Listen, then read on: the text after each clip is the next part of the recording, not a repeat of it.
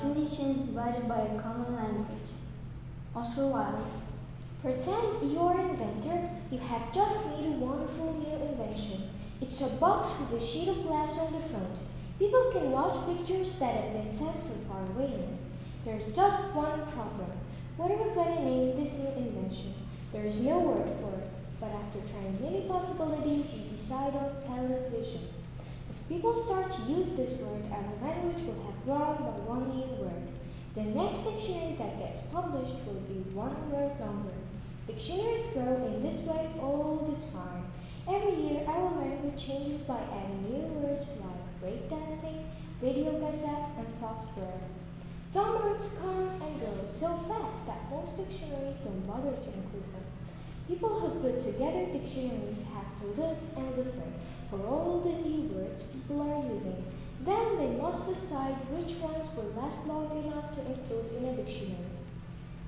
The first and important dictionary of the English language was written in 1755 by Dr. Samuel Johnson in England. Dr. Johnson spent 8 years collecting all the words that people spoke or wrote in books. When he was finished, he had listed 40,000 words. That sounds like a lot of words. But in 1966, the first complete dictionary published in America contained more than 500,000 words. Think of all the words like sports car, hubcaps, dashboard, radar trap, and throughway that came into the language because of automobile. Now we are going to talk about some differences in pronunciation. 1. The letter R. When the letter R is in the initial position of a word or in the middle of a word, there isn't a huge difference between the way Americans or British people pronounce it. Examples: spring, spring, berry, berry, rain, rain, dream. dream. When the letter R is in the middle position in a monosyllabic word and after a vowel, in British English we tend to drop it. We also drop the letter R at the end of words in British English, whereas in American English there is no difference. Examples: birth, Birth, turn, turn, learn, learn, work, work, germ, germ, farm, farm. other, Other, clever. clever. The letter T. In standard British English, the letter T is always pronounced as a T, whether it's at the beginning of a word, in the middle of a word, or at the end of a word, whether it's a stressed syllable or unstressed syllable. Examples: table, Table, attain, attain, what, what, cut. cut. In American English, they tend to drop the letter T in the final position. In American English, when the letter T is in the middle position in a word, it's sometimes changed to a soft D.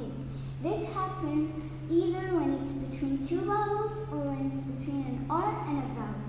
Examples: waiter, Waiter, Saturday, Saturday, atta, atta, matter, matter. what about, What about, party, party, sort of, sort of, part. part of. In American English, the letter D is sometimes dropped after an N. Center, Center, interview, interview, internet. internet. Try to say this tongue twister slowly.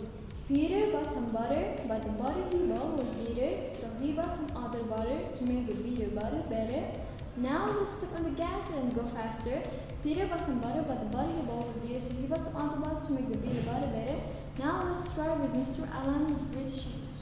Okay, so Peter bought some butter, but the butter he bought was bitter, so he bought some other butter to make the bitter butter better. Yeah. Some differently pronounced words in American and British English. Examples: adult, Adult, garage, garage, address, dress, laboratory, laboratory, route, route, advertisement, advertisement, tariff, paper, apricot, apricot, vase, vase, hurricane, hurricane, leisure, leisure, either, either, neither. neither. The difference spelling between the American and British English. The first rule is words ending with O-U-R and O-R. In British English, we have the word color, it's spelled with O-U-R. But in American English, it's spelled with OR. We have 3 examples: color, fever, glamour. The second rule is words ending with RE and ER. In British English, we have the word center. It's spelled with RE. And in American English, it's spelled with ER. We have 3 examples: center, fiber, meter. The third rule is words ending with LOGU and words ending with LOG. In British English, we have the word catalog is spelled with LOGUE. But in American English, the word catalog is spelled with LOG. We have 3 examples: catalog, dialogue, monologue. The fourth rule is words ending with CE and SE. In British English, we have the word defense. It's spelled with CE, but in American English, it's spelled with SE. We have 3 examples: defense, license, offense. The fifth rule is words ending with ISE and IZE. In British English, we have the word advertise. It's spelled with ISE, but in American, it's spelled with IZE. We have 3 examples: advertise, socialize, organize. Last but not least, some different used words. In British, we have the word check. It's spelled CHEQUE, but in American, it's spelled CHECK. In British, we have the word grey. It's spelled with E, but in American, it's spelled with A. We have the word plow. In British, it's spelled PLOUGH, but in American, it's spelled PLOW. We have the word program in British. It's spelled with the double N and E, but in American, it's spelled with N. Remember that the American spelling is always the most reasonable. And finally, I'm going to give you some tips to sound like a native speaker. Rule number 1 is connecting words.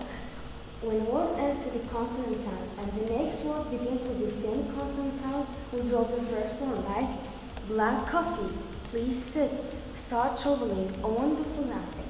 Rule number 2 is squeezing words. We sometimes squeeze some words and we drop some syllables of them, like comfortable, vegetable, interesting, temperature, interview. Rule number 3 is squeezing letters. When we have D and R, we pronounce them as a j, like dream, drums, 100. And when we have T and R, we pronounce them as a ch, like trouble, treason, country. In order to sound like a native speaker, you're going to practice, practice, practice.